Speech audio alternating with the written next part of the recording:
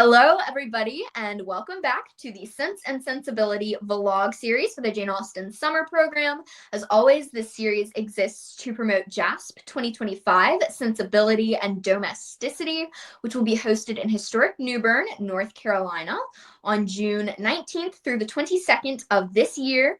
We would all love to see you there. The Jane Austen summer program is designed for people from all walks of life, so not just scholars, but teachers and students and really anybody who has a passion for all things Jane Austen. So without further ado, we will get into this episode of our vlog series. And in this episode, we will be talking about the words sense and sensibility, kind of how Austen used them within the context of the novel, what they meant more broadly in Austen's time, what they mean today, and what they mean to all of us. So we're very excited. We can't wait for you to join us for this episode, for this discussion. As always, I am your co-host, Sarah. I'm your co-host, Nadea. And I'm your co-host, Maizie. And we're going to get started. So sense and sensibility are words that pop up quite frequently within the novel. Obviously, they're important. They ended up making up the title, if you remember from our history of the novel episode a couple of weeks ago. A lot of scholars speculate that this novel was originally composed in an epistolary format with letters between Eleanor and Marianne, originally titled Eleanor and Marianne, but eventually it became Sense and Sensibility. So in Austen's age, sense was wisdom, prudence, good judgment, rationality, economy, frugality. We see that a lot in something characters have to come up against in the novel. A lot of self-control. So, even if you have bigger emotions, reining them in and, conceal, don't feel, be an Elsa, not an Anna, if you will. Whereas sensibility was more sensitivity, being really, really emotional and impulsive and showing those emotions, being very ready to express them, no matter whether or not it's necessarily appropriate at the time around those people. Also, kind of, we get a lot with Marianne and Willoughby as this sort of heightened sense of artistic taste. So enjoying, poets like Cowper and later on, like Byron and Shelley, these very like romantic figures, enjoying the picturesque in art, sweeping grand landscapes that just fill you with all the feels. Some characters we see described as having, more heightened sensibility are Marianne, Willoughby, and Mrs. Dashwood, the mother of the two girls, which, Marianne favors. I think Marianne is sort of presented to favor Mrs. Dashwood a lot more than Eleanor is. Eleanor is a bit more rational, a bit less open with her feelings. She's not quite as romantic, doesn't let her feelings carry the conversation, carry the scene. What's really interesting is that we don't see the words sense and sensibility used specifically to describe Eleanor and Marianne until much later in the novel. They're first used, appearing textually as sense and sensibility, not just, what Austen is implying through her scenes, through her dialogue, but they're first used explicitly to describe other characters. So first, we're talking about the Barton Park party, about how Colonel Brandon is kind of developing feelings for Marianne and they're teasing him about it. But then all of a sudden they forget all about Colonel Brandon and his feelings whenever Willoughby comes to town, because Willoughby and Marianne are so obviously in love. They become the couple that they're poking fun at. And there's this quote, the attention and wit of, Mrs. Jennings and like that whole party were drawn off to his more fortunate rival, Willoughby. And the raillery which the other had incurred before any partiality arose was removed when his feelings began really to call for the ridicule so justly annexed to sensibility. So back when his feelings are really starting to ramp up and really maybe deserve some poking fun at, that's when they turned their attentions elsewhere. We also hear sense at first in chapter 11 when Eleanor discerns that Lady Middleton's reserve was a mere calmness of manner with which sense had nothing to do. She had nothing more to say one day that she had not said the day before. So Eleanor is basically poking fun at Lady Middleton, throwing some shade here, saying, yeah, she's quiet and reserved and conducts herself well, but it's not because she's sensible. It's because she is quiet and doesn't have anything worthwhile to say. She doesn't have anything to add to the conversation. So then we get a lot of implied moments in the text where Marianne and Eleanor are implied to be exhibiting sense or sensibility. And we get a lot of these moments actually where we see them side by side in their reactions to certain events, certain conversations. I think that's where we see it most clearly. We get their reactions side by side, which allows you to see Marianne's sensibility and Eleanor's sense. So one great example is going to be in chapter 12 when Mr. Willoughby is giving Marianne a horse. And without considering that it was not in her mother's plan to keep any horse, that if she were to alter her resolution in favor of this gift, she must buy another for her servant and keep a servant to ride it, and after all, build a stable to receive them. She had accepted the present without hesitation and told her sister of it in raptures. So listing all of the things that Marianne didn't think of when she very happily accepted the gift is sort of demonstrating that Marianne's got all this sensibility and she's so swept up in the romantic gesture that she can't think about the more practical aspects of, oh, I have a horse now. I actually have to take care of this horse. I have to house and feed a whole horse. And we do not have the money to do that. And then, of course, in Eleanor's reaction saying, Marianne, we do not have the money to keep a horse. We see that we see that Eleanor has sense where Marianne is lacking the sense. Another sort of, I think, really, really great way that we see sense and sensibility implied within the characters is their reactions to their own respective heartbreaks. So in volume 2, chapter 7, we have Marianne's very, very dramatic, teary, unfiltered, almost violent reaction to Willoughby's initial breakup letter, where he sends back her letters and her lock of hair. And she's just bawling all over the place, and Eleanor could no longer witness this torrent of unresisted grief in silence. Exert yourself, dear Marianne, she cried. If you would not kill yourself and all who love you, think of your mother. Think of her misery while you suffer. For the sake of her, you must exert yourself. You must control your emotions. And then, of course, later on, volume 3, chapter 1, Eleanor tells Marianne about Edward's engagement to Lucy, which of course has caused her much internal suffering and strife throughout the rest of the novel. And Marianne exclaims, 4 months, and yet you loved him. And Eleanor replies, yes, but I did not love only him. And while the comfort of others was dear to me, I was glad to spare them from knowing how much I felt.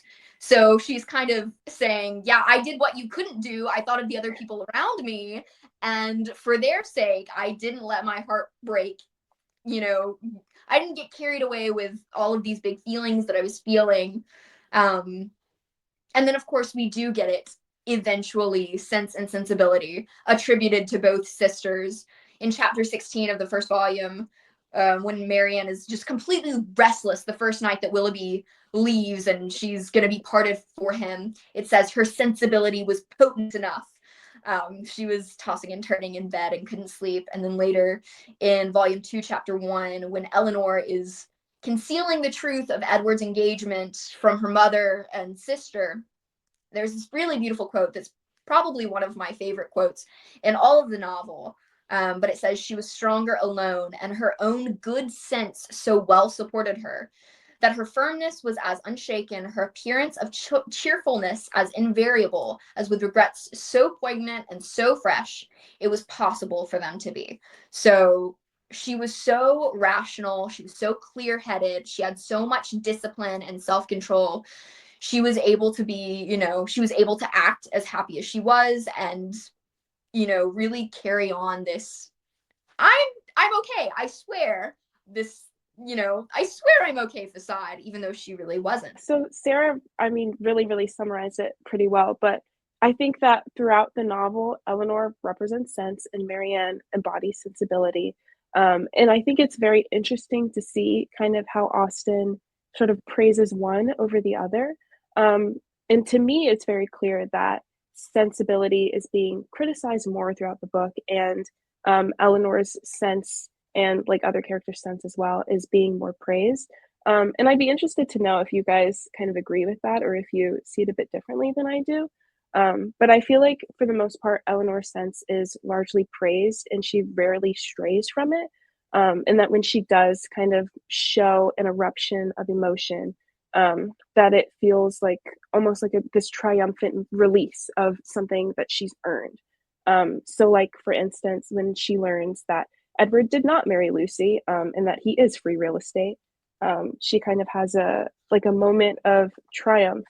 And this is volume 3, chapter 12. Eleanor could sit it no longer. She almost ran out of the room, and as soon as the door was closed, burst into tears of joy, which at first she thought would never cease. Edward, who had till then looked anywhere rather than at her, saw her hurry away, and perhaps saw or even heard her emotion. And so that to me feels like this big moment that like she like it's a very triumphant moment also for kind of the readers to learn that Edward did not actually marry Lucy Steele, the infamous Lucy Steele.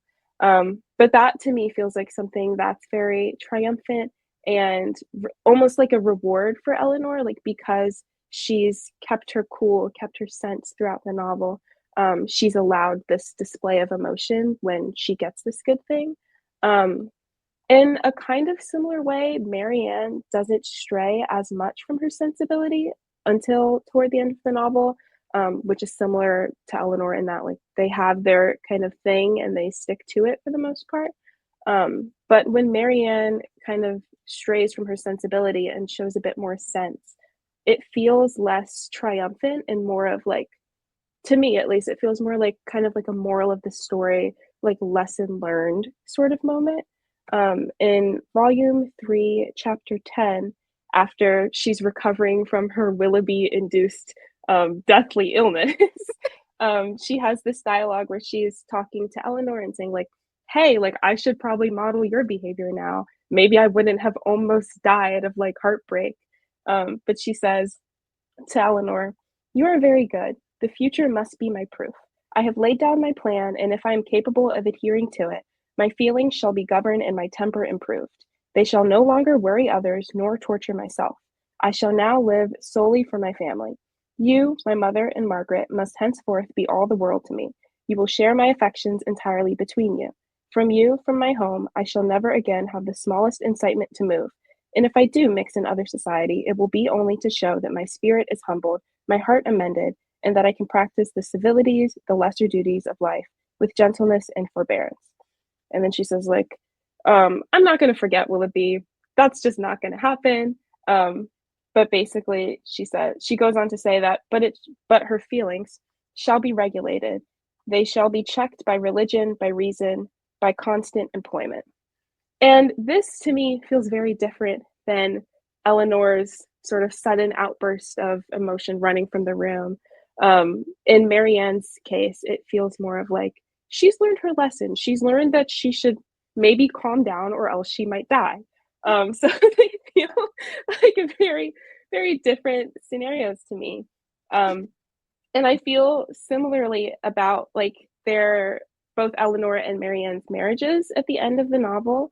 It feels like Eleanor is rewarded for her good behavior by getting like to marry Edward, getting the man that she's been pining for, versus Marianne has to change to like settle for Colonel Brandon. She has to not betray, but like she loses some of her sensibility in a little bit, or like in a little way, and she becomes more sensible in like the Eleanor sense of the word. So I think that's interesting as well, where Eleanor kind of earns the person she's wanted versus Marianne has to learn to love someone else. And I think it's interesting to see those different endings and to kind of analyze, like, are they both good endings? Is one like better than the other? Um, so it's just interesting to me to see how kind of Austen seems partial to one and not as partial to the other, especially knowing that she was very much against the cult of sensibility that was popular in literature of the time. And yeah, and knowing too that that cult of sensibility is something that she satirizes a lot in her novels, especially in Northanger Abbey, which she wrote right before writing Sense and Sensibility. I think it's very interesting to look at how she treats these different concepts, different ideas, different feelings. A lot of great points. My little spiel won't be as interesting, but I'm just going to give a bit of background for definitions of sense and sensibility. So sense, throughout the many centuries, has a lot of meanings, but they have pretty much stayed the same from the definitions that Austen knew to the ones that we know today.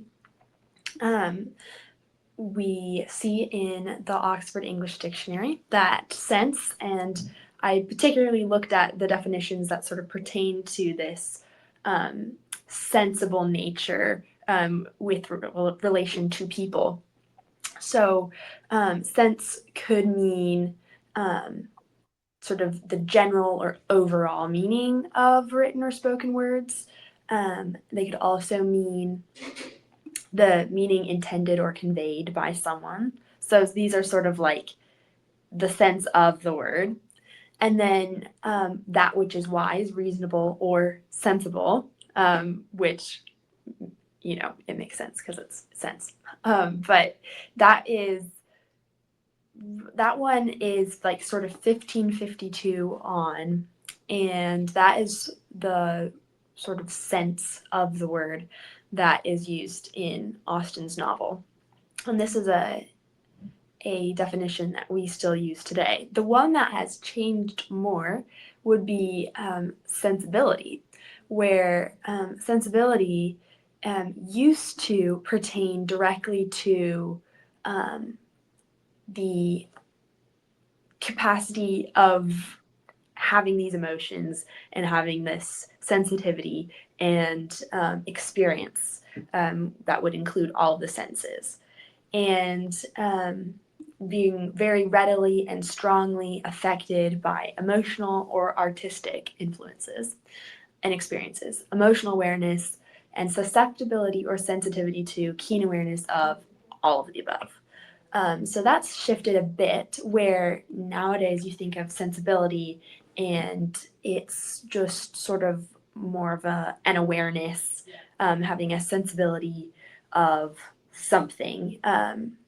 And so the sort of excessive, dramatic nature has definitely calmed down in the ensuing centuries, but that sort of sensibility is very directly juxtaposed to sense, especially as seen in the characters of Marianne and Eleanor. And nowadays, the two are more directly linked. So sometimes it may be difficult for modern readers to look at Sense and Sensibility and fully understand the sensibility that Austen is trying to really show in the differentiation between Marianne and Eleanor. But it's just interesting how one has stayed the same, and if we sort of go back to what Nadea said, potentially the good quality, while the connotation of the more problematic quality, potentially as sensibility, has shifted over the centuries as well. So now we're going to speak a bit about the qualities of sense and sensibility and how we've seen them manifest in our own lives and personalities. Which do we relate to most, sense or sensibility? Well, you have already spoken a little bit on this in one of our previous episodes, Maisie, about how you're an Eleanor. You were even cast as Eleanor in a musical adaptation of Sensibility. That's how much you relate to Eleanor. Do you want to tell us a little bit about that? Well, to be honest, I feel like anyone who knows me is probably going to agree with this, that pretty pretty level, pretty pragmatic, sometimes overly pragmatic.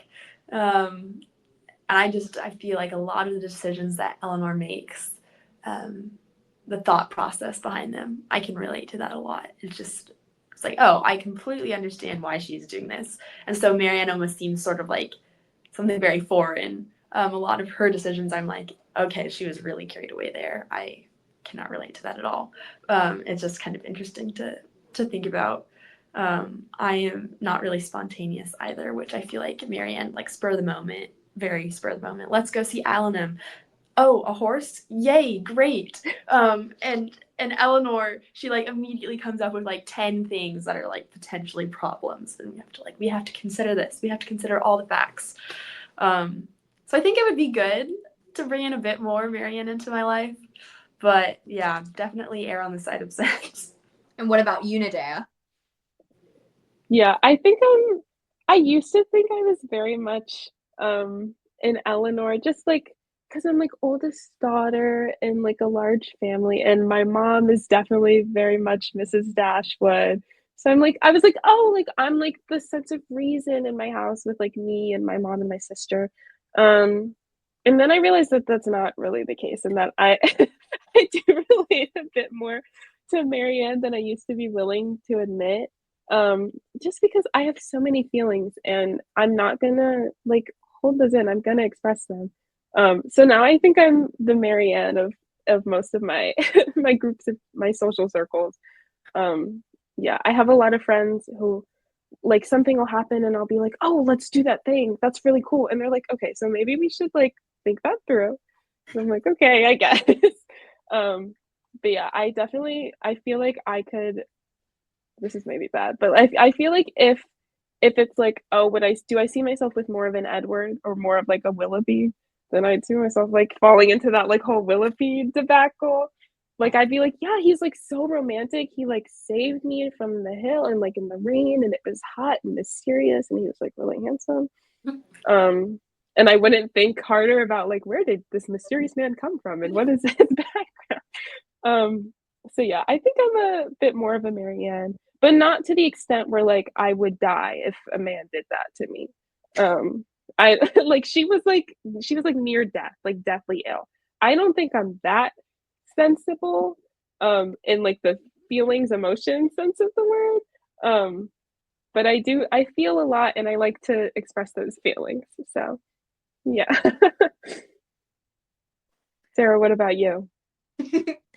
I see so much sense and sensibility within myself. I think that I'm very much sensibility on the inside with like a really strong shell of sense around that sensibility. Um, because I feel things very big and very deeply, and in private, I'm very emotional. Like my parents know I'm crying half the time, always freaking out, always catastrophizing in my head. Um, I love romance. I'm a hopeless romantic at heart. And I think we saw a lot of this whenever we were doing the Jane Eyre vlog series, Nadea. I Yeah. being like, ugh, like there are so many practical reasons that Mr. Rochester is the worst, and I hate him. So I think that, like, as some of you may know, may have read, I did publish an article on the Jazz blog for Valentine's Day about some of my previous romantic failures and how I see them in in parallel with some of Austen's works and some of Austen's love interests. A lot of Collins's in my past, unfortunately, but the one that I really focused on was my Mr. Willoughby. I did have one of those back in college, and I thought he was so great. Like I fell so hard for this man. I got sick one week. I got sick one week. And the whole week that I was sick, it was terrible. It was just a cold, but then it turned into pink eye in both eyes and a double ear infection. And finally I just went home. Like I was so sick. I went home for a week so that I could come see my doctor and she had to give me some antibiotics. It was not good. But I was sick and all I could think about the whole week was like, "Oh my god. If he got sick, I would want to take care of him so much. I would make him chicken soup. I'm a vegetarian. And I was like, I'm gonna make, like, whenever this man gets sick, I'm gonna make him chicken soup and I'm gonna take care of him and I'm gonna go over to his apartment and like I just want to take care of him so much. Like on the inside, that's how I feel about people. I am genuinely such a romantic on the inside. But I also never, ever, ever told anybody how I was feeling. I never told anybody how I felt about this guy, because there was always this thought in the back of my head, well, like, what if something happens and this doesn't work out? Then it's going to be embarrassing and I'm going to have like bled all of my feelings onto the carpet. And there's going to be no way to get that stain out when it inevitably goes wrong. So I never told anybody about it. And then, when things did go wrong and he really when he really was Willoughby and I came back after the next winter break and he was dating somebody else, I was absolutely heartbroken. We were all in the same senior seminar together and I didn't pick up on it at first. I was like, he's acting a little bit weird. And they were like, my friends, my like really close friends who were also in the class, they were like, oh, like, didn't you know they started dating? And I was like, talking about? I was like, what? They started dating. I was heartbroken. I wrote so many songs about the whole situation, some of them good, some of them not good. Once again, not something I would ever share with anybody because I don't think that that's appropriate or productive. But I had the big feelings, but I didn't tell anybody about them. I didn't tell my friends when they said, like, didn't you know they were dating? I was like, oh, well, no. Haha, like, all right. And I acted very, very fine. When I was very not fine, I cried about it like every day for months. And then I had to spend the whole rest of that semester in the class with them. And it's so terrible too, because I feel like I've had so many other Marianne moments. Like after he had graduated, he started a master's program on a different campus, and I visited that campus and like ran into him at this stupid coffee shop bookstore, and I was like, I'm gonna violate the Geneva Convention. Like, this is crazy. I hate it. And he was like, oh my God, Sarah, like, what are you doing here? Are you gonna like start a grad program here? And I was like, no, I'm visiting friends. Like, I was so composed. I think that I handled it a lot more like Eleanor. But like throughout it all, I was just very concerned with keeping up appearances and not expressing how much I felt.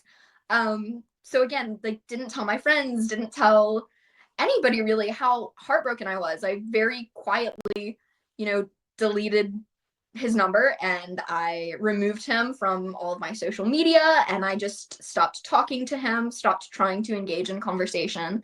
And I steeled myself really hard. And I realize now that it wouldn't have been the worst thing in the world if I had, opened up to some of my friends. Like Eleanor didn't even tell Marianne or her mother. She didn't even tell them, anything she was feeling. And that caused her a lot of pain. And of course, Marianne and, Mrs. Dashwood probably wouldn't have been the best confidants. But, if she had had a Charlotte Lucas or a Jane Bennett or someone like that to confide in, I think it would have been really, really helpful for her. And I think that, I see within myself so much sense and so much sensibility. But I think that I maybe need to work on letting the sensibility take the reins a little bit more and work on being okay just expressing how I feel, because I do feel a lot. And I've got this conceal, don't feel mindset that really holds me back, I think, from sharing feelings when that would maybe be the healthy thing to do. Yeah, I completely agree with that. Very much like Eleanor in public, Marianne in private. Yeah. Eleanor in the streets, Marianne in the sheets. You can edit that out. I'm keeping that in there. So red. Tomato red. Okay, so that's all for this week. Thank you guys so much for joining us for this episode of Sense and Sensibility with me and Sarah and Maizie. Please join us next Tuesday for our episode on art, music, and literature in the novel. That one's going to be really fun. And then don't be afraid to check out Jane Austen Summer Program this year. Here's a link to registration if you want any more info or want to sign up for the program. But yeah, until next week, I've been Nadea. I've been Sarah. And I've been Maisie. And we'll see you in the next one. Bye. Bye.